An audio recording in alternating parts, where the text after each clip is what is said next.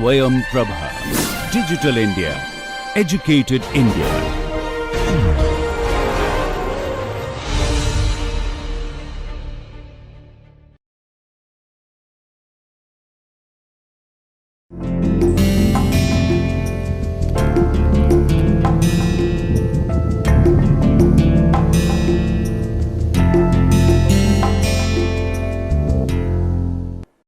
Hello and welcome to the fifth lecture in the course on blockchain. So far we have seen the fundamentals of blockchain, what it is, how it works, what can it do. We looked at cryptography, we looked at different types of blockchains, and we also looked at one of the killer applications which makes blockchains much more useful in the real world than just a ledger of records. And in this session we will look at the basic phenomenon which gave rise to blockchains, and probably even today the biggest source of applications of blockchains, that is cryptocurrencies. As we all know, blockchains came into existence due to founding of the cryptocurrency, the founding cryptocurrency called Bitcoin. That is the one which first implemented blockchains, which have spread everywhere. There are a number of cryptocurrencies and new ones are coming by the day. Probably in terms of the public imagery, cryptocurrencies are the ones which have the most mind share, and most of them, not all of them, but most of them do deploy a blockchain as their foundational technology. So, we will look at cryptocurrencies in this class, and as always let us start with a definition. A cryptocurrency, one word or a two word, crypto and currency, is a digital asset designed to work as a medium of exchange that uses strong cryptography to secure financial transactions, control the creation of additional units, and verify the transfer of assets. This I have taken from Wikipedia, commonly used source. So, a cryptocurrency is a digital asset. It is not a physical currency in the sense that there is a note or a coin or something like that. It exists in the form of a digital file or a string of numbers. It is designed to work as a medium of exchange. We will see in a later slide what are the purposes of money, and one of them, money serves as a medium of exchange. When I want to, we no longer work in a barter economy. In a barter economy, I give you item A and you give me item B in return. So, there is nothing in between. Instead, now I sell you item A, you give me money in return. I use money to buy item B from somebody else, somewhere else, sometime else. So, money serves as a medium of exchange. That is one of the purposes that cryptocurrencies are designed to serve, as a medium of exchange. There are other uses also, we will see them. It uses strong cryptography. Again, blockchain itself uses cryptography, and cryptocurrency depends on that. Cryptocurrency essentially exists as a cryptographic string, cryptographic file to secure financial transactions. Remember, we are talking about money, so money secures. Money works in financial transactions, and cryptocurrencies control the creation of additional units. That is, money supply, this is a bit of economists would explain to us that money supply has to keep up to match the economic activity. Otherwise, we will end up with what they call as deflation. On the other hand, if money supply increases more than economic activity, what would they call it as? Inflation. So, to avoid deflation, the cryptocurrency controls the creation of additional units. More and more cryptocurrency is issued to match the amount of activity. In real life, the money supply, amount of notes that are printed, coins that are minted, are controlled by a central bank. Here we will see that the underlying blockchain and consensus algorithm ensures that, and verify the transfer of assets. They serve, the cryptocurrencies keep a record. Like in real life, if I buy a car from somebody, the car will be registered from the name of that person to my name, and money will be transferred from my account to that person's account. So, assets are being transferred. One asset that is being transferred is a car which is registered to my name. The other asset which has been transferred is money which will be transferred to other person. Cryptocurrencies are designed to handle that also. So, they are designed as a medium of exchange, secure financial transactions, create additional units, and also verify the transfer of assets. That is a very crisp definition of cryptocurrency. More generally, if you are talking generally, they do many more things than these. Cryptocurrencies are digital assets designed to fulfill all the characteristics of fiat currency. Currency issued by a central authority like the Reserve Bank or the Federal Reserve, guaranteed by them for its value, are what are called fiat currencies. They are currencies issued by fiat or by order. Cryptocurrencies are opposed to that, and fiat currencies exist in a physical form and cryptocurrencies exist in digital form. They exist in digital form and their integrity is secured by cryptography, something that was covered in the definition also. Third, cryptocurrencies are fully decentralized and not under the control of any single agency, national or private. As we have been saying, in the case of blockchain, it is distributed and decentralized. There is no single. The most common variety of blockchain, public permissionless blockchain, are fully decentralized and distributed. There is no one single owner. Everybody in the system owns that. Cryptocurrencies are exactly that. Though now we are seeing that private parties also are issuing cryptocurrencies which are owned by one party, one single party or one single group of owners. Compared to them, traditionally what we call cryptocurrency like Bitcoin, they are fully decentralized and they are not under the control of, they are under the control of everyone, not under the control of any single party. Another characteristic of cryptocurrencies is that for every unit of the currency issued, whether it is a Bitcoin or Ethereum or Litecoin or Ripple or any other currency, any Dogecoin, so many coins are coming out in the market, the provenance of origin and ownership as well as traceability of transactions are maintained by a blockchain. Most of them are built on a blockchain, and thanks to that, if there are 5 million bitcoins in the world today, there are more than that. For example, let us take a number like 5 million bitcoins in the market. We at any point should be able to go back and find out when this particular coin, every one of them was issued. When was that particular, the provenance of origin, when and how this, when this coin was issued, and ownership, who had it, who used it to buy something else, into whose hand it passed, how many hands has it passed, and currently who owns this particular. For all 5 million coins, we should be able to trace the origin, the provenance of origin and ownership all the way to when it is founded to where it is today. And if somebody has mined, got the Bitcoin and kept it today, we will be able to see that. Somebody has mined, sold it to somebody, that person used it for something else, that person sold it to somebody, and in nth hand it is today, we should be able to trace all the steps. This tracing everything to back its to origin, tracing every transaction, every coin back to its origin is what is referred to as traceability, and blockchain is very good at providing that, because it is a continuous, constantly expanding, immutable register. Yeah, another characteristic of cryptocurrencies as opposed to real life fiat currencies is that money supply, the rate at which the number of coins or number of that unit of that currency increases, is predictable and transparent. We, going back to how RBI or Federal Reserve issue money, we do not know. They may have a committee, they may have a set of policies which change from time to time. The committee might advise the bank on the rate at which to issue currency, when to issue more, when to issue less, but something that is not fully transparent to all of us. It is based on some rationale, some logic, may not be transparent to all of us. In contrast, in the case of cryptocurrencies, money supply, we know when, how much of this currency is going to be issued, we know how it is going to be issued and why it is going to be issued. To go back to Bitcoin's example, it gets issued when blocks are mined. When every block of Bitcoin blockchain is mined, 12 coins get released as of today.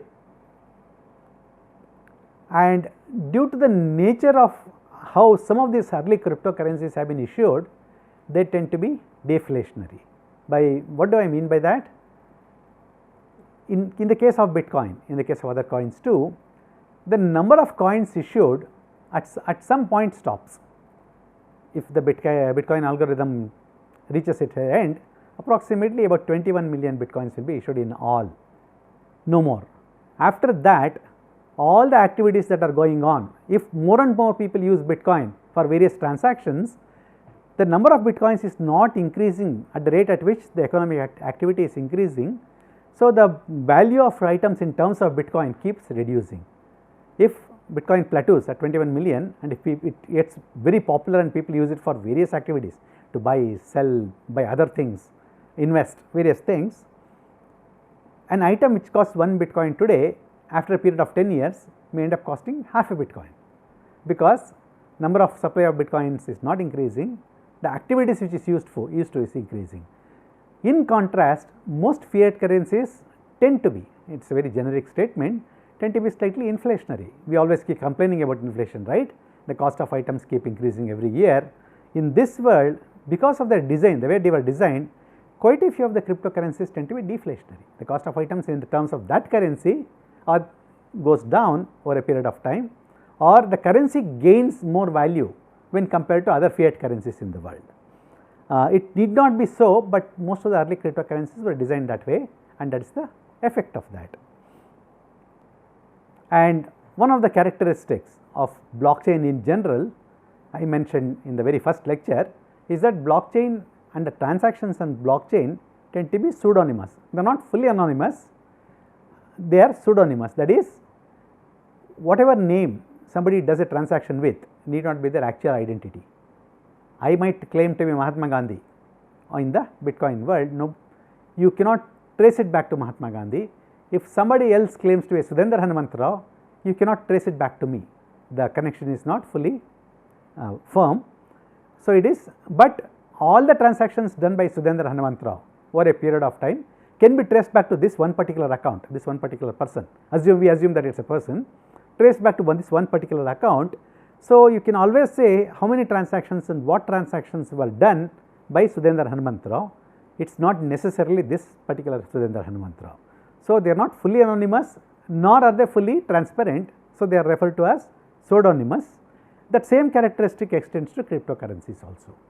If somebody buys Bitcoin, somebody buys Ethereum, somebody buys Litecoin, it is very difficult to pin it down to who exactly is the person who bought it, but all transactions done by this account, we can at best say this particular account bought Bitcoin, sold Bitcoin, bought some items, traded it for something else.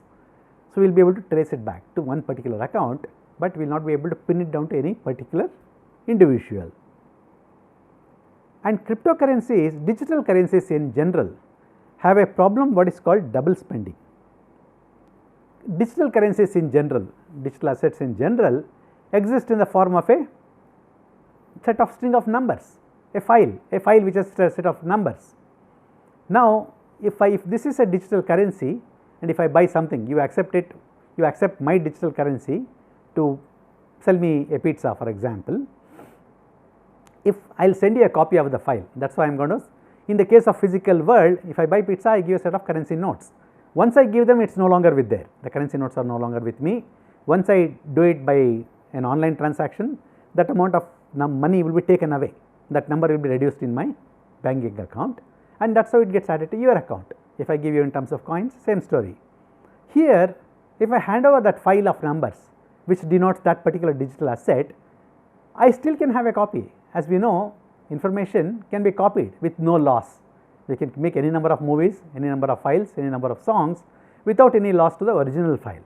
That is one of the characteristics of information, and that is the problem with digital assets in general, digital currencies in general.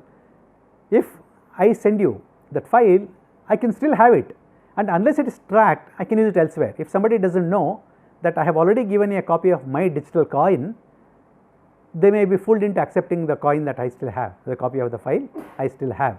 This is referred to as the problem of double spending. More than that, if I have a currency, I can spend it multiple times till I am stopped. Cryptocurrencies address that. How do they address that? By tracking the transaction, all the way to the origin. So, if I bought a Bitcoin, for example, 2 months back, it is there on record, that I bought it from person A or exchange A. So, that person's A's account will be reduced by 1 and I will be shown as the current account, current owner of this particular Bitcoin. So, you will always be able to see who is the latest current owner of that particular asset, and that will be the true owner. All the previous owners, it may show on the record that this person owns this particular coin, but as of now no more, somebody else has it.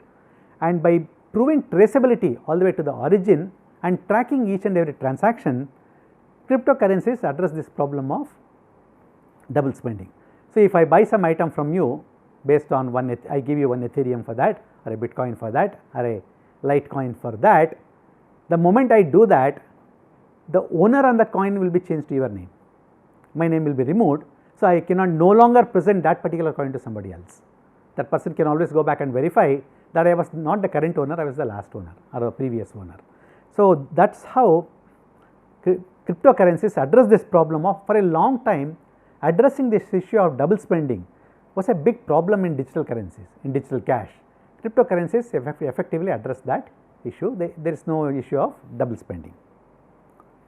And as we know, one of the requirements in the global world is exchanging currencies. We have all these foreign exchange bureaus, and governments themselves, RBI for example, every day publishes at what rate it is going to buy dollars. If you go and give it dollars to RBI and want rupees in return, RBI publishes the rate every day, at what rate it is going to buy those dollars. On the other hand, I can also give rupees to a bank and get dollars instead. RBI publishes that rate also. It publishes a buying rate, it publishes a selling rate. While traveling, some of you might have seen currency exchanges at airports. So, they will take one currency. If I am in Paris and if I need to buy something in the local airport with cash, I can give them rupees or dollars, and they give a predetermined number of French francs for that. And when I am done with my shopping, I am still left with some more francs, I can go back and get an exchange. For each of these activities, they charge a commission of course and a differential rate. So, one of the essential characteristics or requirements of money is that it should be exchangeable between different currencies. In the world of cryptocurrency, they are in the form of a digital asset. They do not really match up with a physical asset somewhere. So, lot of exchanges have sprung up, lot of cryptocurrency exchanges have sprung up, which not only exchange between two cryptocurrencies. For example, I can go to one of them, buy Bitcoin using Ethereum. I have Ether, the Ether currency from Ethereum. I can use that to buy Bitcoin at these exchanges. They do the interchange at some predetermined rate. I can also buy and sell regular currencies, like I can buy Bitcoin using rupees, dollars and other fiat currencies. If I want to sell my Bitcoins, I can also go to one of these exchanges and convert my digital currency, cryptocurrency into fiat currency. Typically, this is outside the blockchain. This exchange happens outside the ambit of the blockchain.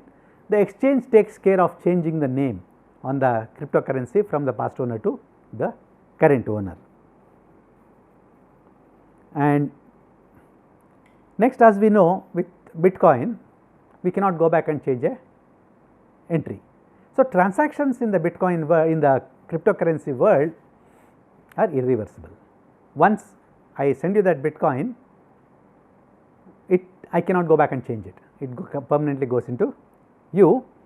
And likewise, as we also mentioned earlier, as I have mentioned earlier, if I lose that digital file for whatever reason without a backup, I cannot recover. That loss also is irreversible. Cryptocurrencies may allow you to put smart cards and smart contracts on top of the blockchain, like Ether does. So, we can make sure that when we use these cryptocurrencies for regular outside world, where along with the currency there may be an exchange of goods or services, we can link the two using smart contracts. Again, going back to the example of pizza, we will know that when I buy pizza using cryptocurrency, I should be able to ensure that I do the transfer after receiving the item, the pizza in my case. And internationally, across governments, because of these various differences between cryptocurrencies and regular fiat currencies, cryptocurrencies are regulated in various ways in different countries. Some countries are very liberal and open in terms of what cryptocurrencies can be used. They almost let you use cryptocurrency like a regular currency. Some countries completely ban that. For example, in India recently, the Reserve Bank has actually banned the use of cryptocurrencies for any transactions. In some countries, they are in between. They do not let you use as a currency, nor do they ban it. They use cryptocurrency, or they rather let you use cryptocurrency like a asset or a security, like the way you buy stocks and shares. When I buy a share or a stock, what I get is a number or a share certificate essentially. I am paying money and getting a number or a share certificate, and that is traded. I can trade it to you for money. I can buy different stocks with this stock on an exchange, you sell and buy something else, and finally I can convert stock back to money, but I cannot use stock in the outside world, outside the stock exchange to buy things. I have to do all these things inside the stock market, the stock exchange. That is the place where I can convert money into a tradable asset and convert that asset. If when it gains, I gain. If a stock price goes up, I gain. Stock price goes down, I lose. But outside, if I want to use the value of this particular stock, if I have 10 shares of Reliance and I want to buy something of that value, I actually have to go to the stock exchange, sell that shares, those 10 shares of Reliance, get rupees in return, go spend that. So, some countries let cryptocurrencies be used like that. They let you buy, sell, trade cryptocurrencies within the exchange as a asset. It is not valid for transactions. I cannot, for example, pay my taxes in terms of paying them in terms of Bitcoin or Ether or something like that, though apparently some countries are trying, some countries are accepting that some of these government expenses can also be paid in the form of cryptocurrencies. So, there are varying degrees of legality. So, even in some countries, but no country allows it as a legal tender. That means, I contract to buy something from you by paying you in cryptocurrency. You do not fulfill the obligation, you take my cryptocurrency, do not fulfill the obligation, I cannot sue you in court. If I am using legal currency, if I am paying you in rupees, dollars, francs and pounds, you do not fulfill the obligation of the contract, I can take you to court. In most countries that is not accepted, that if I buy something you go back and I have no way of suing you. So, to avoid that, we implement a smart contract which helps us get around in a cryptocurrency world. These are some of the general characteristics of most cryptocurrencies. Though there is a very precise definition, more generally these are the characteristics of the various cryptocurrencies. So, let us compare that with regular money. I mentioned one of the functions of money is as a medium of exchange, that is, we should be able to convert goods and services into money, use that same money for buying different goods and different services. So, for instead of exchanging items themselves, I can convert it into this middle asset and use that back to buy and sell. So, one of the functions of money is as a medium of exchange. The second function of money is as a store of value. If I have 100 rupees today, that same currency note, RBI guarantees that is still worth 100 rupees 10 years from now. The nominal value written on it, it acts as a, so I can store all my assets instead of having 5 tons of rice at my home or 1 kilo of gold. I can convert that, that is an asset. I can convert that and put it in money instead. It still serves the same purpose. If I turn out to be lucky and I have 1 kg of gold and I sell it and get 30 lakhs, I can keep 30 lakhs with me. The value of that set of currency notes and all, or if I put it in my bank account, the value of that money in my bank account remains the same. It holds that value. I mean, due to inflation it loses and things like that, but in general money is designed as a store of value. Third, we use money to measure value of things, that if there is a shirt worth 300 rupees here and another company has a shirt worth 500 rupees, it is automatic that this shirt is more valuable than this shirt because it costs more in terms of money. So, we use money to measure the value of 2 different items. So, these are the 3 purposes. And how do cryptocurrencies do on these measures? First, as a medium of exchange, I use this cryptocurrency to buy and sell items. That depends on how many people are willing to accept that.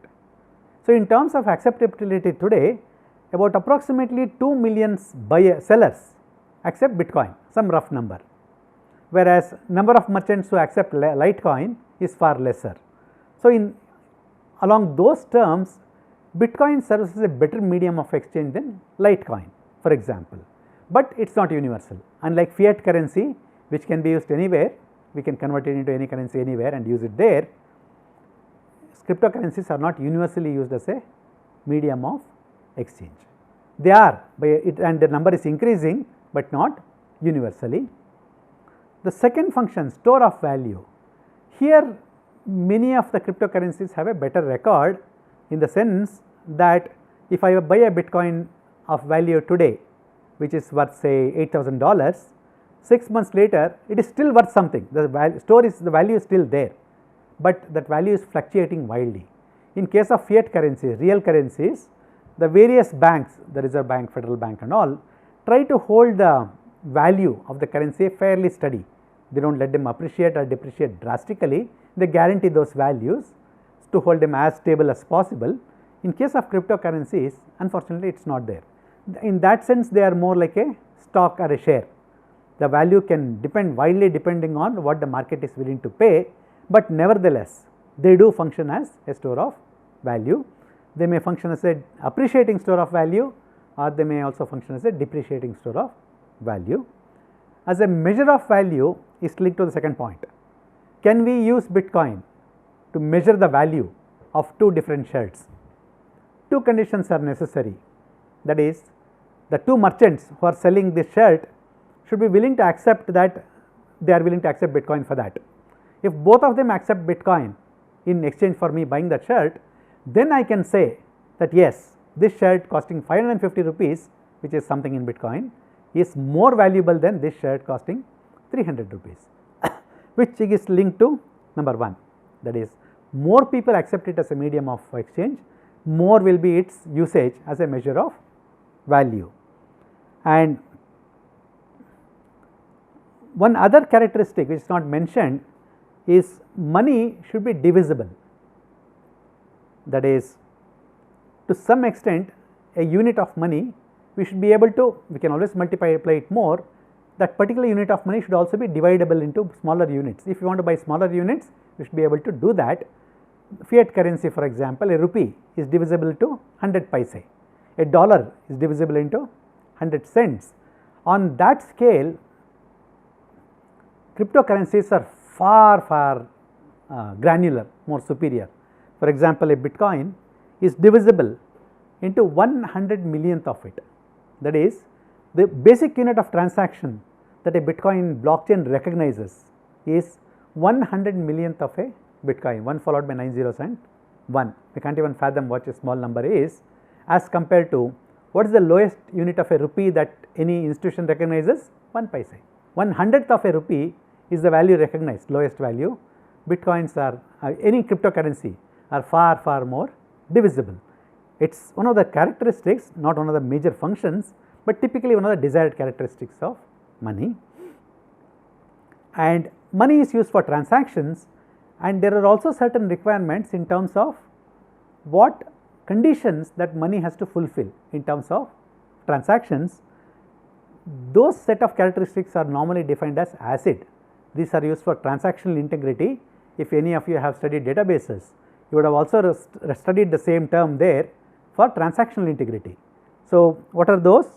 A, every transaction should be atomic.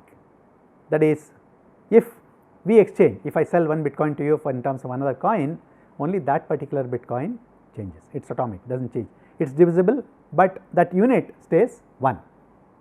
Second, consistent. Same thing with fiat currency also. If I give you 100 rupees, it is always 100 rupees, nothing else. No other value, no other note is affected by that. It is atomic, the atomic unit is 1 rupee or 100 rupee or whatever it is, only that unit gets exchanged. Second is consistent. Every time we do the transaction, assuming the rates remain the same, every time I buy the pizza, I pay you 100 rupees. Every time I buy a pizza using Bitcoin, I pay you 0.01 Bitcoin. The transactions, if we do n number of times, the net result will be the same, assuming rates remain constant. Isolated. If we do one transaction, only this particular unit is affected, nothing else get affected. Not only that coin, no account, no other store of value, no other Bitcoin gets affected. Every transaction affects only the two parties involved, no other party, no other asset, no other security is affected by that. If I buy pizza from you using Bitcoin, my stock of Bitcoin goes down, your stock of Bitcoin goes up, I have a pizza on hand, you have one less pizza, nothing else. Nothing else gets affected, no other party gets affected, every transaction is isolated and durable. Once the transaction is done, both of us agree that the transaction is done, it is set in stone. You don't, it will persist for forever. Anybody can go and see that this transaction happened and remained that way. All the fiat currencies meet these conditions, cryptocurrencies also meet those 4 transactional conditions. These are conditions too for transactional integrity. It is called ACID: atomic, consistent, isolated and durable.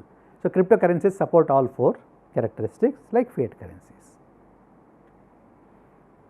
So, now let us look at a few popular cryptocurrency examples.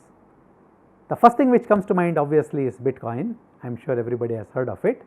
This was not only the first successful cryptocurrency, it was also the first successful implementation of blockchain. Hence, and it is also the most popular, most capitalized cryptocurrency today. So, for that reason it is very important to study and understand what Bitcoin is. It is the most prevalent cryptocurrency and its value every day it gets reported. It has gone as high as $20,000 per Bitcoin. It has gone down as low, the recent memory it has gone down as low as 2,000, 3,000. Currently it is hovering around 7,000, 8,000, but varies widely. Bitcoin gets traded in currency exchanges and its value depends on what the market is thinking of the currency, and its value is so high and it is so popular that there are other cryptocurrencies whose value is linked to the value of Bitcoin. There is Litecoin, for example, there are other coins. The value of those coins is linked to the value of Bitcoin. If Bitcoin value rises, these coins maybe say 1/100th of a Bitcoin. So, if Bitcoin is $8,000, value of these coins which are essentially riding piggyback on Bitcoin will be 1/100th of that, $80. If it goes up to $8,500, this currency will go up to 85. If it comes down to 7,500, the value of the other currency comes down to $75. So, Bitcoin is so popular that there are other currencies which are linked to the value of Bitcoin.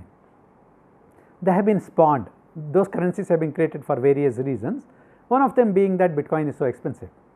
So, instead of spending so much money on buying one Bitcoin, I spend 1/100th of that and get the same benefits. Many people buy Bitcoin in the expectation that its value will increase over time. So, like a stock or a share, then we can sell it for a higher profit. These coins also provide the same benefits at a lower per unit cost. Bitcoin is well accepted, as I mentioned, almost 2-3 million merchants accept Bitcoin as currency, and it supports micropayments. That is, supports 1/100th million of a Bitcoin, 0.9 zeros and 1. That is the smallest payment you can make using Bitcoin.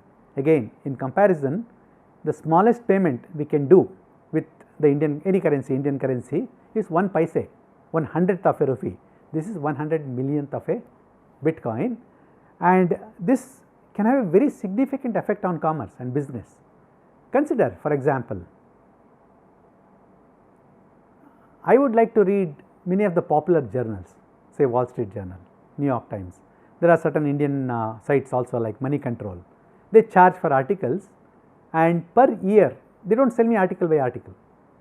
They sell me an annual subscription costing $50, $45 or whatever it is, some number like that.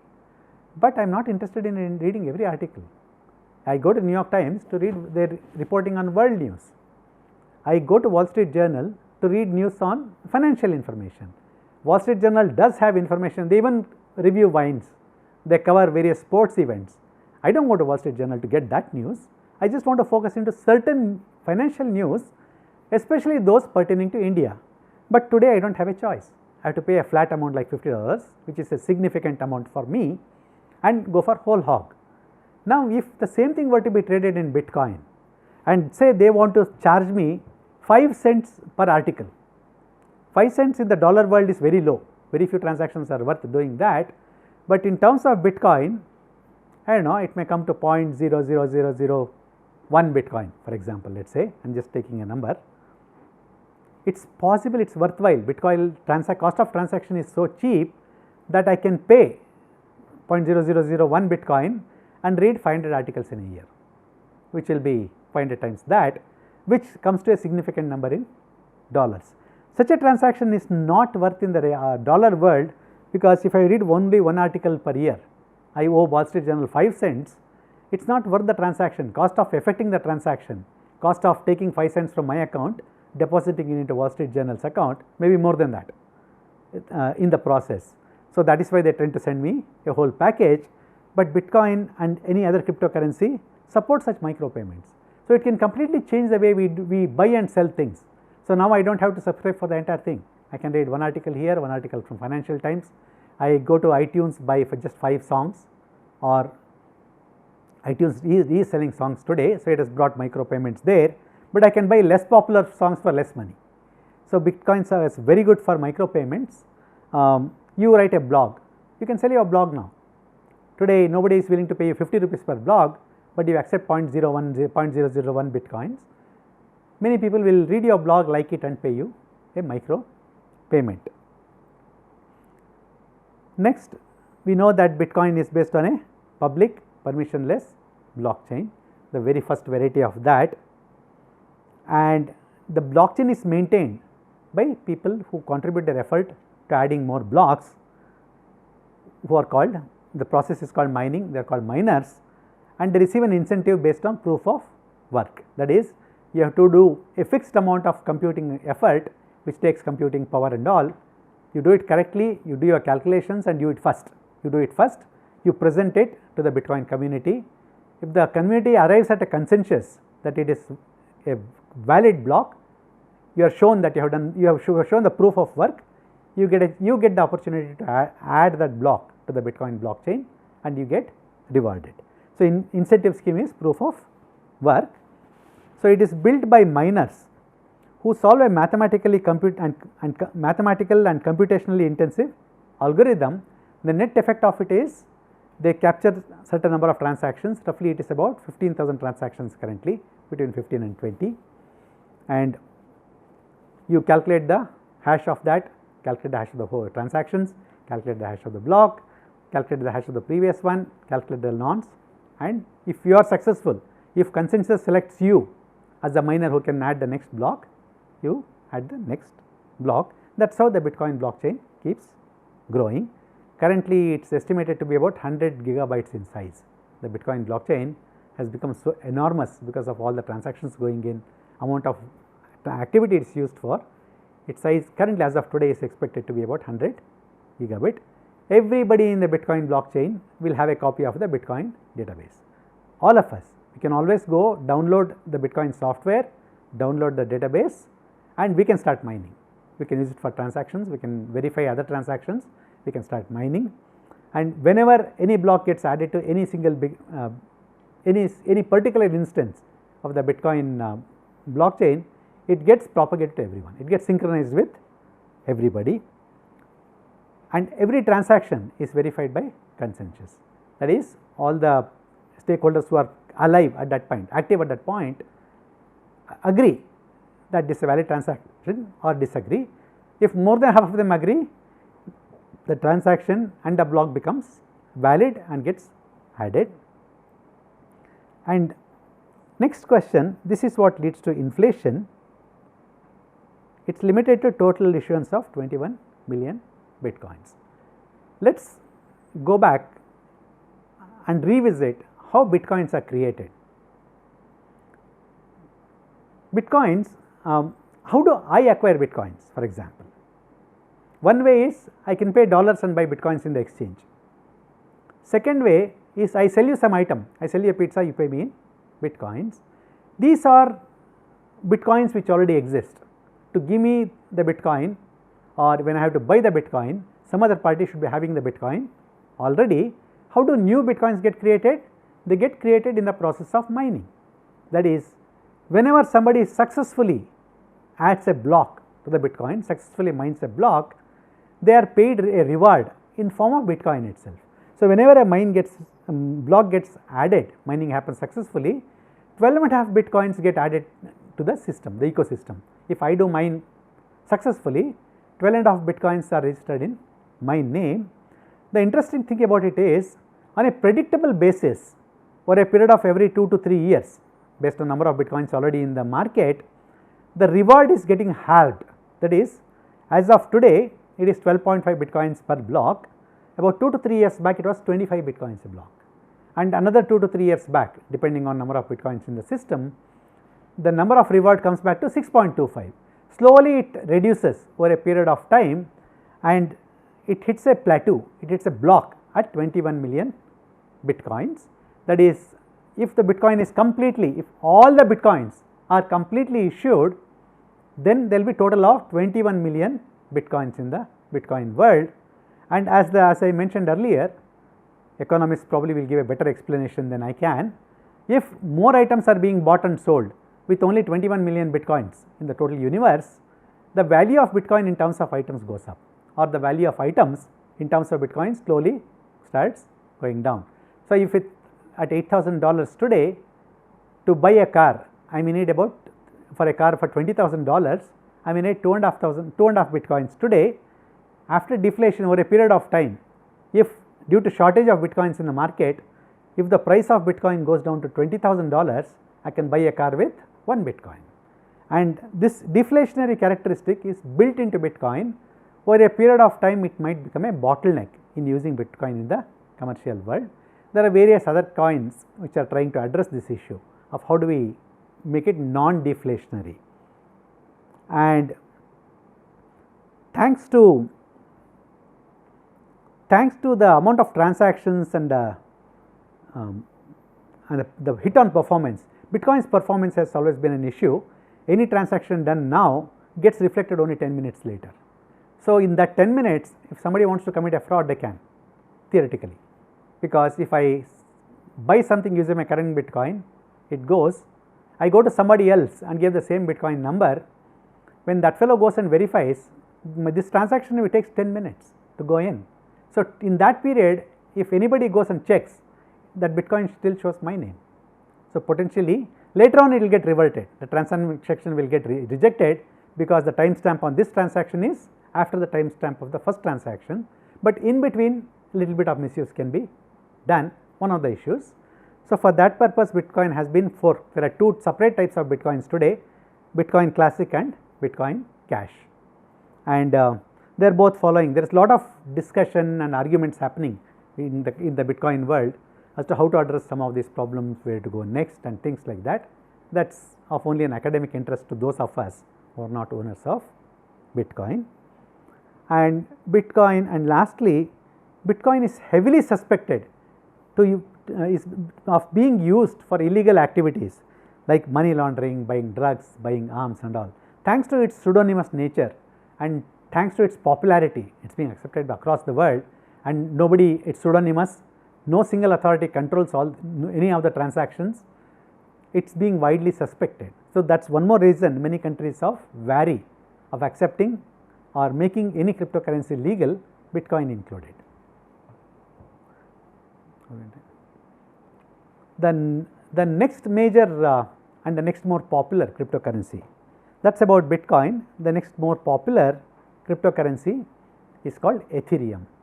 Ethereum is slightly different from Bitcoin, we will see how, but if we strictly compare them as cryptocurrencies, after Bitcoin, Ethereum is the second most popular cryptocurrency in terms of the value, in terms of amount of trading, in terms of acceptability.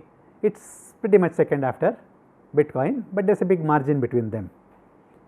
Ethereum is also based on a public permissionless blockchain exactly like Bitcoin, and it has its own currency called Ether. Bitcoin is a currency, Ethereum is the blockchain, it has a currency called Ether. Ethereum also started in its incentive scheme being a proof of work model, but it is shifting over into a proof of stake. In the previous talk we compared the two, there are certain advantages to proof of stake. So, Ethereum is moving away to proof of stake. It has a piece of software called Ethereum virtual machine, we will see the importance of this, which is in IT terms we call them as a runtime model running on the client. I do not know how many of you have noticed, sometimes if you are freshly installed a browser At certain times you may get a message that JRE is out of date or JRE is not linked. In case of Java, JRE is the runtime model. Somebody develops, the program is running on the server, the same program shows on my screen in my browser thanks to Java runtime engine. Similar to that is the EVM, Ethereum Virtual Machine. It is a client runtime model to support execution of its blockchain and its transactions. In addition, Ethereum, the EVM, Bitcoin is one blockchain. There can be no second Bitcoin. I mean, now it has been forked, it has been made into two separate blockchains, but at any point there is only one Bitcoin, there will not be a second Bitcoin. It cannot be used to develop something else, though things have been developed piggybacking on Bitcoin. Unlike that, Ethereum can be used to build new blockchains. The Ethereum virtual machine, the language it provides. So, Ethereum is not only a blockchain by itself with its own currency Ether, I can use the tools it provides to build my own separate blockchain for a different purpose. It may have nothing to do with cryptocurrency, but I can use the Ethereum's tools, especially the EVM, and Ethereum supports smart contracts. It has its own language, write smart contracts. It is called Solidity, and using Solidity I can write smart. Bitcoin when it came out did not support smart contracts. Ethereum supports smart contracts. The way I write smart contract is to use its computing language. You all must be familiar of languages, right, like Java, C, C++, Visual Basic. Ethereum has its own language called Solidity. Using that I can develop smart contracts to write on top of Ethereum contracts or Ethereum transactions. Ethereum had initially, historically had some problem with hacking, and it got forked once, it got hacked, currencies has been lost, but constantly it is being improved by a group of developers and group of organizations. It is becoming much more secure and solid as we go, and thanks to its flexibility it is getting widely adopted. Since Ethereum can be used, they have developed other blockchains. Lot of organizations are supporting Ethereum. They are supporting that you can use develop blockchain using the Ethereum tools, and it can be used for developing permission blockchains. It's a permissionless blockchain by itself, but we can use the tools, the Ethereum virtual machine and the platform, to develop permission blockchains also. There is a lot of industry support. Because of this capability, Ethereum has a lot of industry support. There is a group called Ethereum Enterprise Alliance. A bunch of top companies like Microsoft, HP, Oracle, Google, banks like JP Morgan, they all have joined together to constantly keep improving this, constantly keeping offering more and more tools to help us build new blockchains using the Ethereum engine, and specifically Microsoft supports Ethereum on its Azure cloud platform. Microsoft has a cloud engine or a cloud platform called Azure. On that you can go on Azure, build your own blockchains using the Ethereum platform. In that sense, it has very wide non-cryptocurrency applications as compared to Bitcoin, but as a cryptocurrency also it is the second most popular cryptocurrency. The third example is Ripple. Ripple in the classical sense is not a cryptocurrency actually, it is more of a payment system, a funds transfer network. In fact, it's most often compared to the Hawala system. I know in many countries Hawala is used as a bad word, but historically Hawala has been a very legitimate payment money transfer network. The way Hawala works is, there is one agent in country A, another agent in country B. Somebody wants to send money from country A to country B, so he goes to the agent in country A, that agent accepts the money, sends a message to this fellow. There is a trust between these two parties. The agent in country A trusts the agent in country B, he sends a message to this fellow, I have accepted so much of currency, so much of money, you make the payment there. So, based on the exchange rate and the commission rate they have accepted and all, after taking away all the commissions, the agent in country B pays the money to the other party in country B. So, this entire transaction happens by faith, and agents A and no money exchanges for the transaction, just a message exchanges. What they do typically at fixed periods, once a month, once a year, whatever it is, they add up all the transactions and pay the balance. if it turns out that after the effect of 6 months agent A owes agent B 1 million rupees, he will do the transfer then. Likewise, when agent B owns money to agent A, they square up the accounts once in a while. The problem is these transactions are not reported to authorities in many countries. That is why authorities do not look kindly at hawala. But before currency became a national asset, currency became a nationally controlled asset, hawala was being used historically for funds transfer. The Ripple model is very similar to that. That is, the money transfer happens actually between any two trusting parties. No actual money happens, it gets settled once in a while, only messages do get transferred, and individuals can use these trusted agents to transfer money at a lower cost, faster rate of transaction and things like that. So, Ripple is essentially a payments and funds transfer network. Any currency can be transferred, but however, Ripple has its own cryptocurrency, that is why we look at it as a cryptocurrency platform also. So, it has a cryptocurrency called XRP. Typically, this is the third most popular one. So, instead of me transferring dollars to somebody in some other country, I can use Ripple to buy XRP, pay them in XRP, and the party on the other side can sell XRP to some party and get the equivalent fiat currency. And Ethereum, Ripple is a network. It is not a blockchain, it is actually a network. There is a network of trusting agents all over the world, and as it happens, many of them are turning out to be banks. It is considered a legitimate payment mechanism. So, many banks and exchanges and various other financial institutions are all becoming part of the Ripple network. To take one example, say Barclays Bank is part of the Ripple network. Likewise, in India, S Bank is actually a part of the Ripple network. Since they are both part of the Ripple network, before becoming parts of the Ripple network, they establish a trust relationship. Any message coming from Barclays, it may go through a third party, it may go through a French bank, it may go through a German bank like Deutsche Bank and then come to S Bank. But since all of them have signed up with Ripple, for example, X Bank trusts Deutsche Bank, Deutsche Bank trusts the French bank and French bank trusts Barclays Bank, any transaction, any money sent by S Bank to Barclays Bank gets transmitted because each party trusts the other and the chain continues. So, if S Bank says pay this party in England 600 pounds, I have accepted equivalent money here, Barclays Bank does pay because it trusts the French bank, the Indo-Suez Bank, the French bank trusts Deutsche Bank, Deutsche Bank trusts S Bank, that is how the money trail goes. So, Ripple is a network consisting of connected trusting nodes, are also called gateways. But instead of sending pounds or any other currency, we can also transact. I can convert it into Ripple, the XRP currency, it's a cryptocurrency that travels through the network, gets paid to the other party. So, users transfer funds using the nearest gateway. In India, S Bank is a member of Ripple.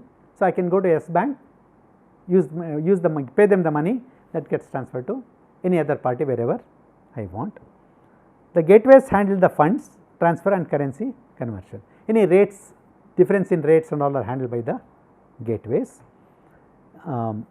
Ripple's main attraction is, other than being a very secure network, transactions are very fast. The moment I deposit money here, it can be paid to other party in a matter of seconds, not 10 minutes or longer like in the case of Bitcoin, and cost of transaction also is very low. The commissions charged the various nodes in the Ripple network are very low compared to a traditional wire transfer. Today, if I want to transfer pounds to England by paying rupees here, the wire transfer cost can be significant. They can be of the order of $10, $20. By the regular transactional modes, Ripple does it much faster at a much cheaper rate. However, Ripple does, though it is not a blockchain as such, the whole development is done by an organization called Ripple Labs. They maintain a distributed ledger. All transactions do get written into the distributed ledger. As soon as a transaction happens, it gets synchronized among all the trusting nodes of Ripple network. In that sense, it is similar to blockchain, but it is controlled by one organization or a consortium of organizations. It is not a blockchain in the traditional sense. No mining. there is no mining involved. So, XRP is released at a particular rate determined by Ripple Labs, and it cannot be earned by mining like in the case of Bitcoin or even Ethereum. Ethereum also can be mined. So, this is the third very common cryptocurrency. Ripple, as I said, it is slightly different from a cryptocurrency, it is more equivalent to a payment system. However, it has its own cryptocurrency for exchange and transmission. So, these three are the most common cryptocurrencies, and there are so many others, Litecoin, Dogecoin, so many things. And one of the characteristics, one of the things, none of these cryptocurrencies have any sovereign banking. So, if Bitcoin tomorrow goes down to a value of 0, there is nobody guaranteeing that it will hold its value. For 100 rupee, why do I trust this piece of paper saying 100 rupees or 500 rupees? Because the Reserve Bank of India guarantees that. If anything happens, if I tear that, I can get that. RBI guarantees that I will hold the value, it manages the value. With all the cryptocurrencies, it is entirely subject to market forces. So, that is one element of risk in dealing with all the cryptocurrencies. They are not based on any physical asset, they are not linked to anything, they are not linked to the economic activity. It is strictly based on what the market is willing to pay.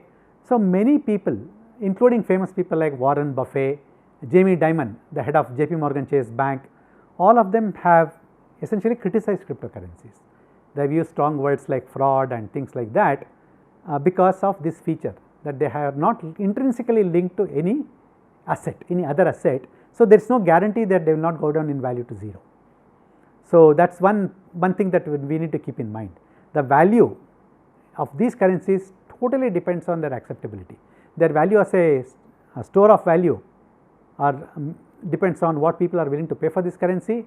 Their value as a medium of exchange depends on how many merchants are voluntarily willing to accept these cryptocurrencies. So, for these reasons they have been criticized also. And one thing to keep in mind, whether it is Jamie Dimon or Warren Buffett, they have only criticized cryptocurrencies and not necessarily the blockchain technology. As we will see later, they have heavily deployed blockchain technology, and that is one of the challenges they are trying to address. To go back, most cryptocurrencies today are only functioning as store of value, they are not really functioning as mediums of exchange. The prices are very volatile, subject to market forces. Within a year, the value of Bitcoin has fluctuated from $20,000 to 1 Bitcoin to all the way up to $3,000 per Bitcoin. No fiat currency can survive if the fluctuation is so high. So, a new concept called a stable coin has been designed to address this particular issue. And the interesting thing is, these are cryptocurrencies which exist in a cryptographic form as a cryptographic file. Their value is always linked to a stable asset like a US dollar. A stable coin, if I issue a stable coin, it is a concept. Many people are trying to introduce stable coins, and they all are trying to link it to one outside asset. Say if I issue my own Sudhi coin, a stable coin, I will link it to value of 1 rupee. So, at any point one Sudhi coin will be equal to the value of 1 rupee. That way we try to give a guarantee that it is going to hold the value. If rupee fluctuates a little, this fluctuates, no more than that. And it is still a concept, many people are introducing them with different degrees of success, and it will be interesting to watch how this evolves. So, this is a new currency. Next, we will take a look at one such attempt. It is not called a stable coin, but it falls into this category. We will take a look at one such coin, which is not a open market cryptocurrency. It is a cryptocurrency, but in the form of a stable coin linked to a outside asset, outside the blockchain. So, stable coins are an attempt to gain the benefits of both, gain the benefits of cryptocurrency, which essentially will give us very fast transactions, very low cost of transactions, high divisibility and other positive features.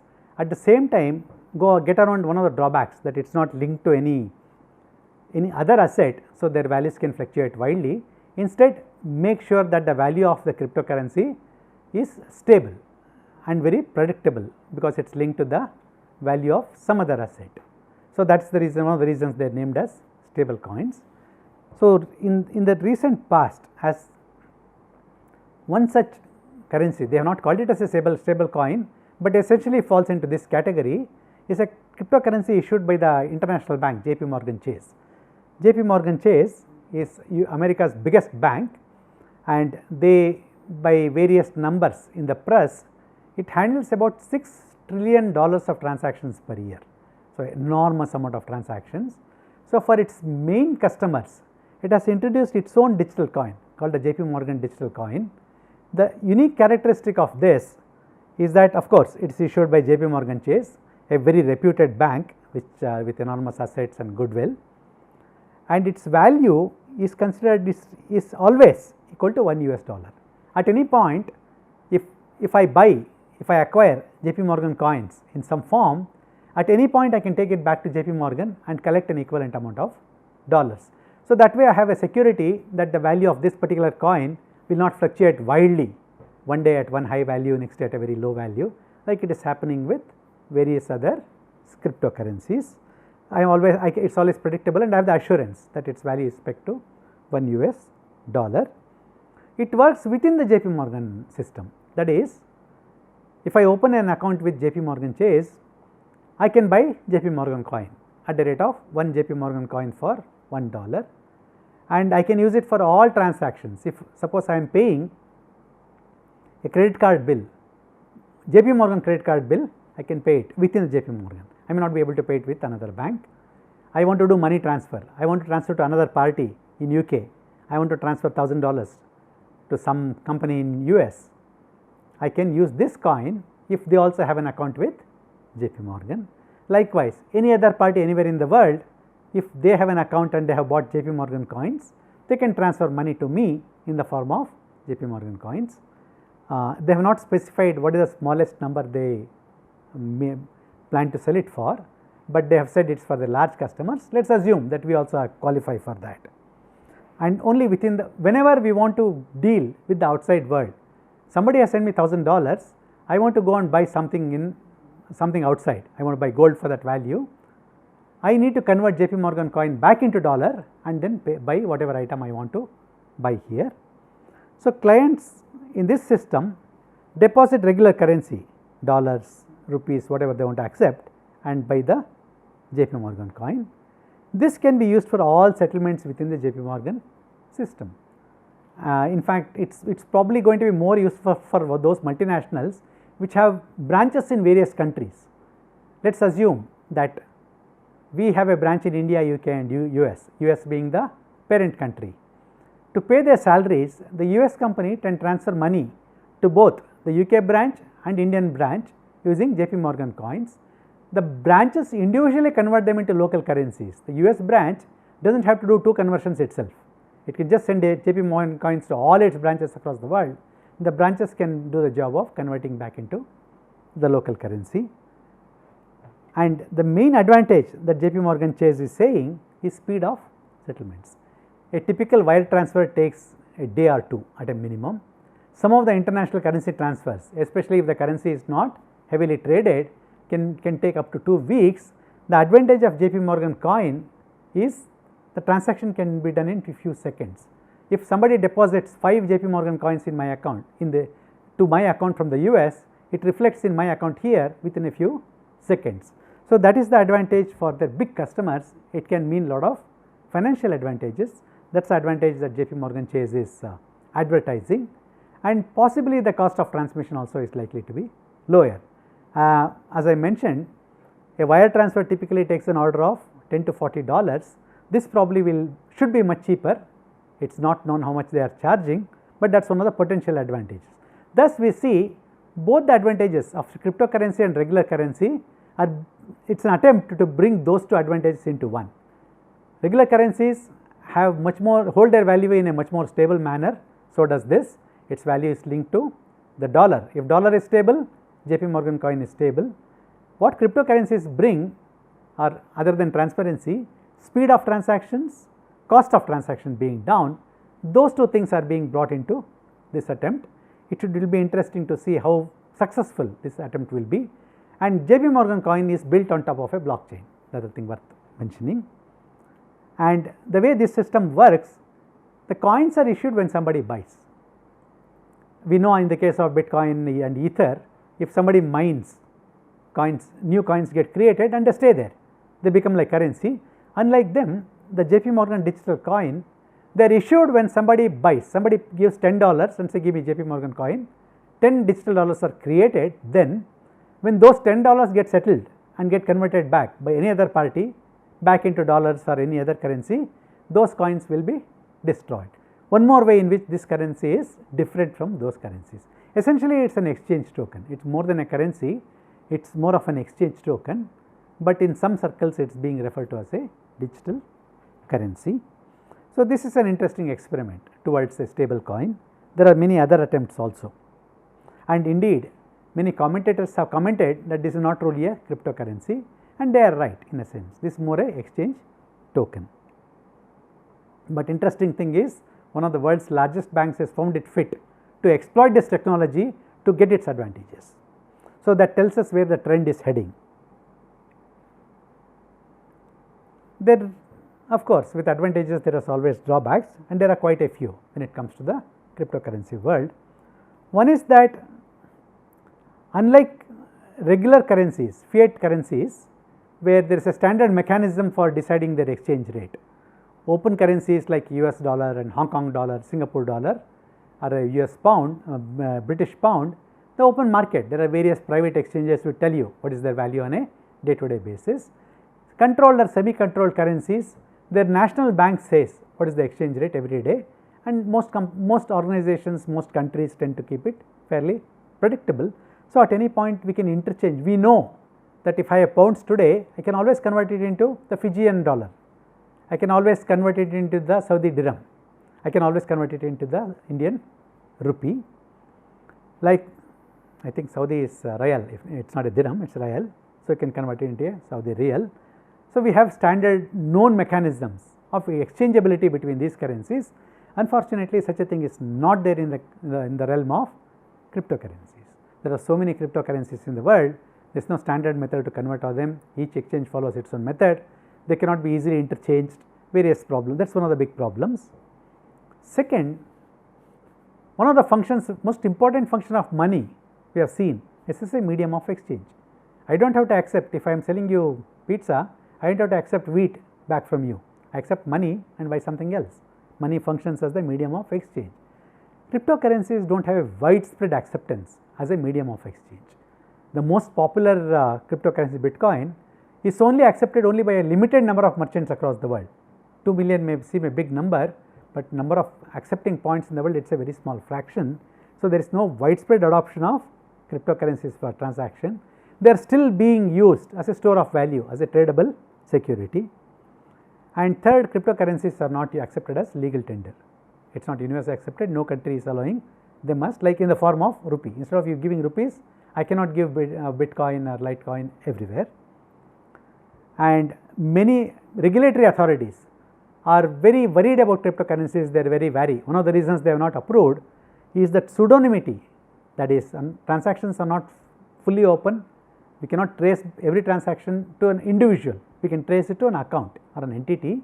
This pseudonymity is being widely suspected of being used for various illegal activities. So, that is one more reason why they are not gaining acceptance.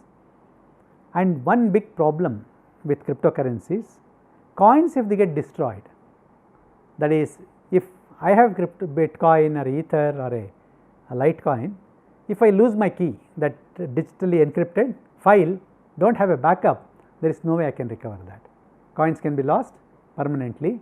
In fact, thanks to this characteristic of cryptocurrencies, couple of slides earlier I talked about total number of Bitcoins reaching a maximum of 21 million. It is now known that it will never reach 21 million, because at least about 500,000 Bitcoins have already been lost. So, the number of Bitcoins ultimately which will be issued will be much lesser than 21 million. So, that is one of the problems with cryptocurrencies, we really need to guard them carefully. Any IT system can be hacked, it can be modified, it can be forked. So, all cryptocurrencies based on any IT system are also susceptible to all this. They can be hacked, the blockchain can be forked into two, which leads to a lot of confusion later. There may be other kinds of attacks which we will look at it in a later class. So, cryptocurrencies are susceptible to all these kinds of drawbacks. And finally, something that has already been highlighted upon, the currencies are already only backed by market forces, no tangible assets. Let us take a theoretical example, hypothetical example. There is some cryptocurrency built on a blockchain and everybody sees lot of value in that. So, people bid up, people say I am willing to pay so many dollars for this typical cryptocurrency. So, its value goes up. So, its value is $500 today, after about a month it goes up to $600. So, it is worthwhile for me to buy. I may go and buy that currency. I buy it at $500 today in the hope that it will go to 600, 700 and on and on. Many cryptocurrencies have gone through this system, but it is not linked. It is only now the only way I can get $600 for my crypto coin is some other party is willing to pay 600, because if he or she thinks it is going to gain value. So, it is only backed by market forces and no other currency. There is no guaranteeing authority, there is no single authority which owns and guides a cryptocurrency. So, if tomorrow, God forbid, the blockchain on which this particular cryptocurrency is based upon is hacked, the currency may lose its value to 0 right away. There may be no more buyers for this currency. People are worried, it has already been hacked, I may lose my currency, they are no longer willing to buy. So, all the people who are holding the cryptocurrency may see the value of that coin going down to 0, which pretty much never happens with a fiat currency. It may lose value a lot, like it has happened in countries with hyperinflation, but still there will be a central authority trying to control the process. Here, due to some external factor like somebody hacking into the blockchain, the cryptocurrency may lose value completely. So, that is one more risk to be kept in mind. It is a market risk because of the nature, because of the way we are dealing with cryptocurrencies today. As we go along, we will discover more and more strengths in cryptocurrencies. We may also come across more drawbacks, some of the things to keep in mind before we dabble in cryptocurrencies. This brings us to the end of our 5th lecture. Thank you.